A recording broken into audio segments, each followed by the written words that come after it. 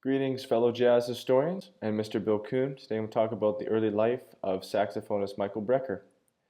Michael Leonard Brecker was born in Philadelphia on March 29, 1949, and grew up in Cheltenham Township. Brecker was raised in a Jewish and artistic home. His mother was an artist, and his father was a lawyer who played jazz piano. Michael was exposed to jazz at an early age by his father, and Brecker began studying clarinet at the age of 6. He then moved to alto saxophone in grade 9, and then settled on tenor saxophone in his sophomore year. In an interview, his brother Randy Brecker said, "My brother Michael got serious about music in high school. Until then, he was into basketball and his chemistry set." Brecker graduated from Cheltenham High School in 1967 and spent the summer at the Berklee College of Music in Boston before joining his older brother Randy at Indiana University that fall. There he formed a jazz rock band along with trumpeter Randy Sank called Mrs. Siemens Sound Band, pictured here at a fundraising concert for the campaign of Eugene McCarthy.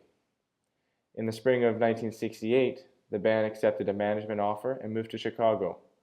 Unfortunately, drugs and suicide brought Chicago police to the manager's apartment, where all the band members except for Sank and Brecker, who were not present at the crime scene, were arrested.